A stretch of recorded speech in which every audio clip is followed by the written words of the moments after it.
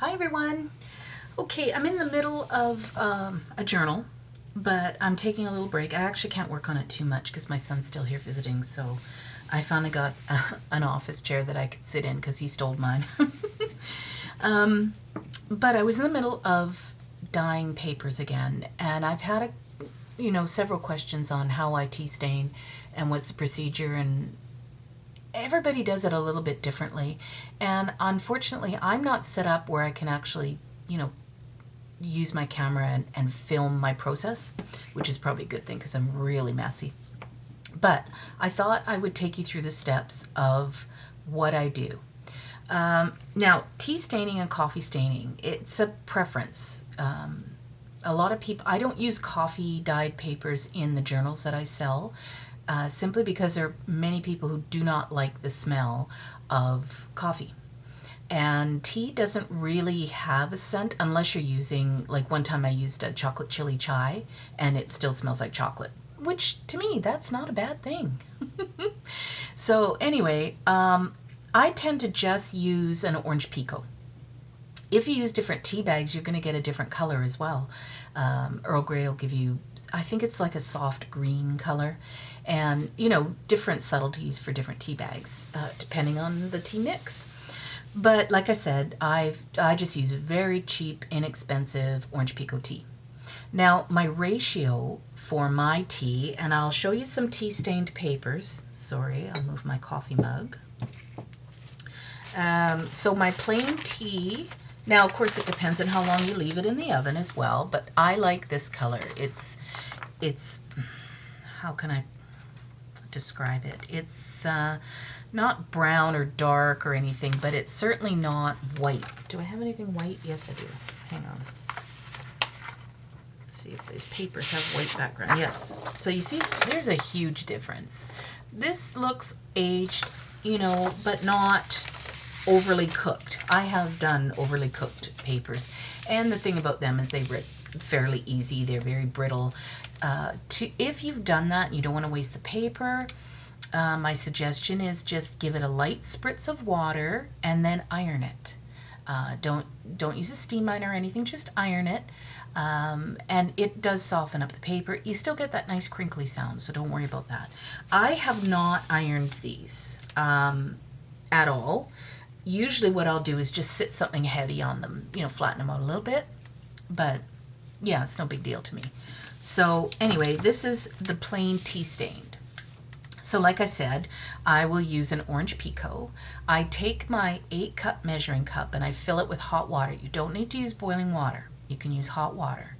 And I put about 12 tea bags in it. And again, it's preference. If you want darker, you use more. That's simply all it is. Or you leave your paper in longer. Now, depending on your paper, people are going to say, well, what do you use?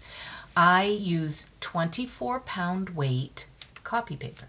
Just the cheapola stuff from Staples. I'm sure you have, in the United States, I'm sure you have a stationery store that has like a brand name. That's usually the inexpensive one. And I don't get anything lower than 24. Some people like it heavier, 28. I find it bulks up my book too quickly. This is 24 and it's perfect, comes out nice. But anything under this, if you're stamping on it, you'll find that it'll bleed through quicker. So you might want to, stay up on the higher end for your tea stain papers if you're going to be stamping. Okay, what else can I say? Okay, so then what I do is I let it steep and I eyeball it. If it looks dark to me, then I use it. I take a 13 by 9, I think it is, tray. Anyways, like the big lasagna trays, the Pyrex ones. I use that. You can use anything you want, whatever fits. Some people use the dollar store bins, that are long, whatever, as long as you submerge it. So I use that. I slide it in like this from the top, and I slide and curl, just like that, until it's totally submerged. I don't leave it in for very long. The longer you leave it in, the more it's going to tear on you when you try and get it out again. Try not to stack a ton of them in at the same time, because you will rip more, and sometimes they don't all tea stain evenly. So if you don't mind doing it, sort of dip and drop kind of method, That's the way I do it. And like I said, everybody has their own thing. This is just the way that I do it. Okay, so I usually have 3 pans going at the same time. I use cookie sheets, and that's all I use them for is tea staining. I don't use them to cook with. They are like, I get them at the dollar store, the Betty Crocker ones. Inexpensive, and they work great. I also have one tray that I use that is meant for when you're doing, like, say, fish sticks or stuff like that you want crunchy on both sides. They have little holes in the tray. It looks like a cookie sheet, but it has holes all through it. I use that as well, just to give a little bit, some of the pages something different to look at. So I've got 3 going at the same time. I set my oven to 350 degrees because I'm extremely impatient. Some people do it lower, but to me it takes too long to dry the papers. And as long as you're going to stay there, no issues. That way I can pull them out literally 2 minutes, They just come in, out. So it's a pretty quick process once you get going. If you live somewhere where you don't need to even use an oven, you can just lay them out on an island or your table or on the patio, whatever, and let them air dry.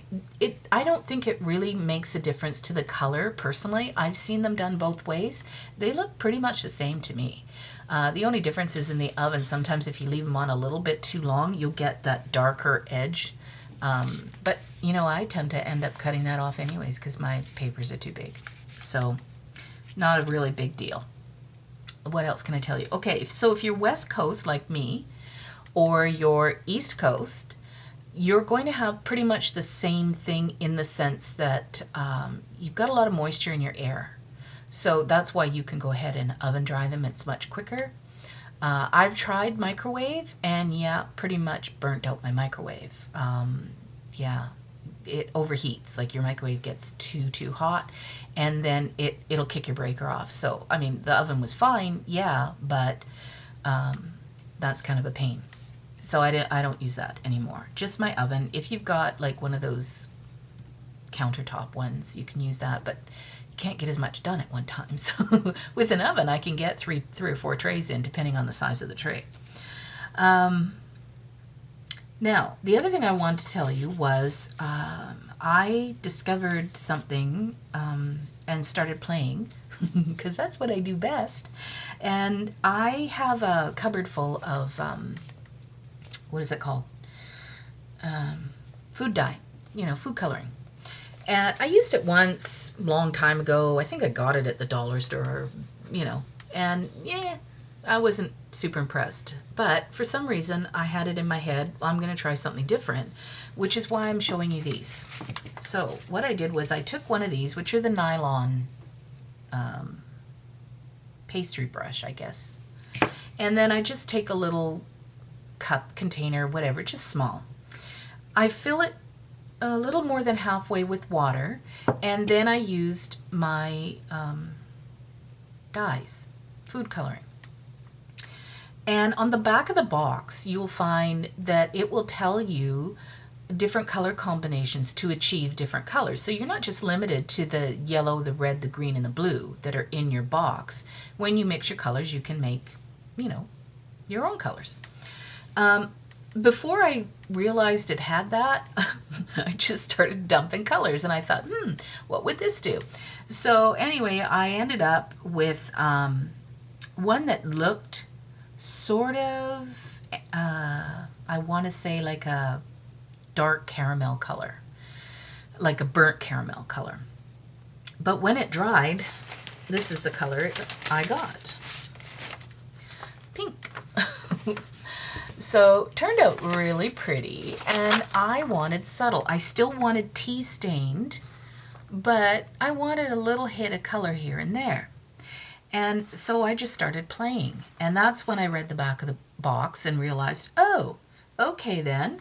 I tried it with green because I love green. That's my favorite color, but I was very disappointed with the green. I don't even know if I can find any that actually look green. They all kind of came out, very pale. Oh, here's one. But it's really, really subtle. That's the darkest one I got. I don't know if that shows up. Yeah, so it's not really dark. It's very, very light. And this one's even worse. But if you see it in person, you can see that there's a hint of green. And it does soak through to the other side, which is cool. And then I did a turquoise because that's another favorite color of mine. And that's how that came out. So super pretty with that one. Actually, this was the one I started with and kind of mixed colors, not knowing what the heck I was doing. So I can't tell you how I got that because I was playing. But here's my trick for that. So like I said, you do a little bit, I don't know how much that is. I don't even know. It's, one of those tiny little Pyrex dipping bowls. Little more than halfway with water. Then how many drops, like when I did the green one, it called for 9 drops of yellow and 1 drop of green. Well, I ended up adding an extra drop of green because the first batch wasn't green at all. So you need to play sometimes. And then I use this. So I dip it in and kind of, and just kind of splattered it around, put it in the oven, and there you go. Now, recommendations. If you don't want any color bleed, now let's see if I can show you one where that's an example. Oh, here's one. I don't know, it's very subtle, but around the blue, it's sort of pink. I think it's showing up actually. Yeah, it's sort of pink. So that's because I use the same tray over and over again. And it's got, dried on the color. And then when you're adding your wet tea-soaked paper, you're softening it up again and you're moving that color around the pan. And even though you're adding another color on top, it's absorbing from the backside. So you're getting this multicolored, over a period of time, not the first couple times. Now, if you like that look, great. But if not, try and designate each tray for each color, or just use one color at a time. I mean, whatever you choose to do. Same with the brush. Make sure you rinse off the brush when you're changing colors. Otherwise, you're going to muddy them up. They're going to, mix together. I think that's all I've got for you as far as that goes. Like I said, I am working on a book. Oh, I guess I should preference with this saying that if there's any other questions that I didn't cover or in my head I covered but I didn't actually verbalize them, which is, more often than not, just leave me a comment and I will try and answer your question. I wanted to show you. So this is what I did.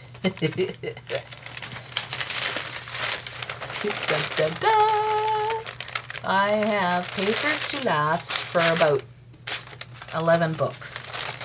So I won't have to be tea staining for a while. And I just wanted to give you a little sneak peek. It's not even close to being finished, this cover, but just a little sneak peek. This will be the next book. It's an Ephemeris Vintage Garden, and it's Whimsy and Botanical. Really pretty kit. It's meant for Midori style. This is not a Midori style. I actually put them in my Photoshop, and I stretched them to make them fit an 8.5 by 11.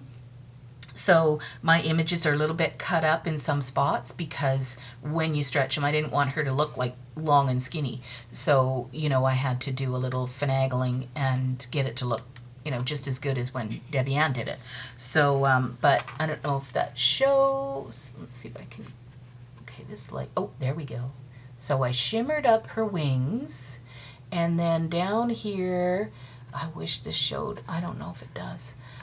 Down in here, I put the transparent texture paste from Tim Holtz on top of there, as well as this is green paint from Prima, and then over top of it again, I put the transparent texture paste over it. So it's really shiny and really pretty. Smeared it with, my sparkle, but I'm going to go over the whole thing and seal it. It's going to get book corners and then, of course, an attachment, and there's the inside.